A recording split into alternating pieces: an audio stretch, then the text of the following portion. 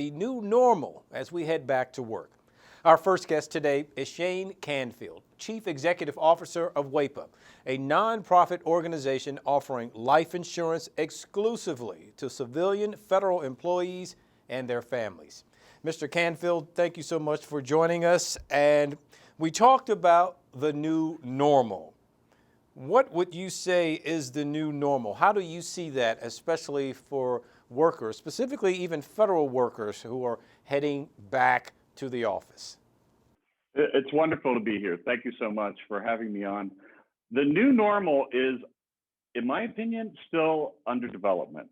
I say that because when COVID hit and worker safety was principally driving many of these decisions to take folks out of the workplace, many organizations, not all, but many, were working on an emergency plan. That's what we were doing. You know, how do we deal with something, a crisis that's here right now, and it's a safety issue, which is very different than ramping up a telework plan.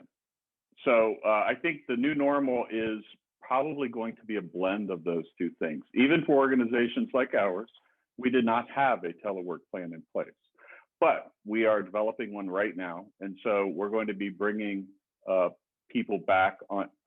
The new normal for us will be telework. I would say, generally speaking, the safety and well-being of employees, absolutely critical.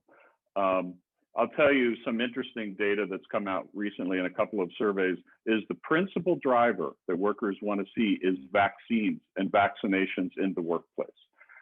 We won't necessarily talk about whether employers can mandate that or not.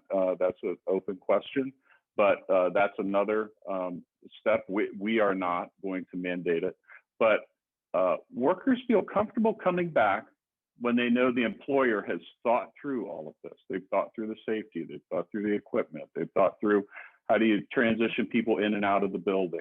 How do you deal with contractors that come in and out of the building? What are your HVAC systems? It's finely detailed, and I would suggest companies really need to take a look at that in fine detail and get this right.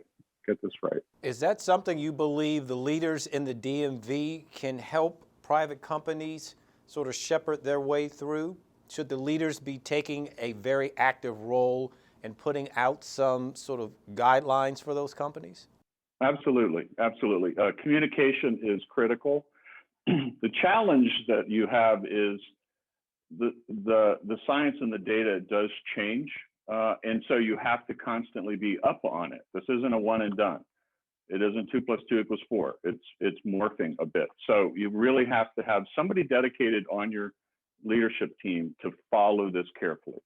The second thing is major impact events like this, when you're bringing somebody back to work or when you're implementing a telework policy, like any major initiative, that needs to come from the top.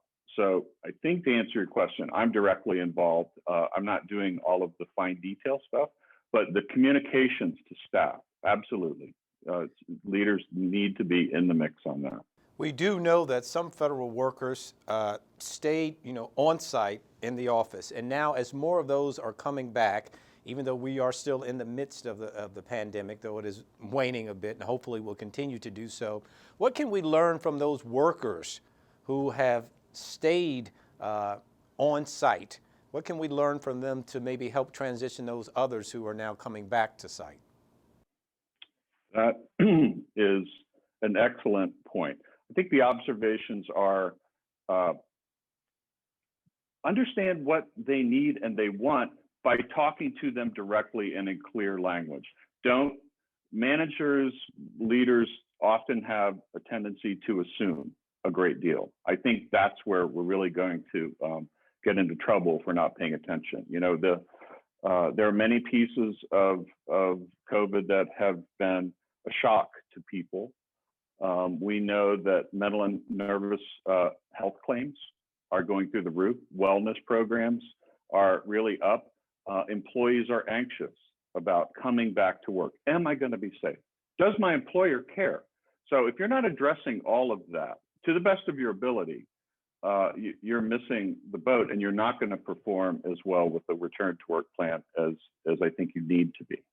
Well, we are hoping and keeping our fingers crossed that all those plans that are put into place will not only prove effective in terms of getting the workforce up and running and those businesses that need to be up and running again. Chief Executive Officer of WAEPA, Shane Canfield, thank you so much for joining us and offering us your expertise. Thanks a lot. Really appreciate being here. In celebration of International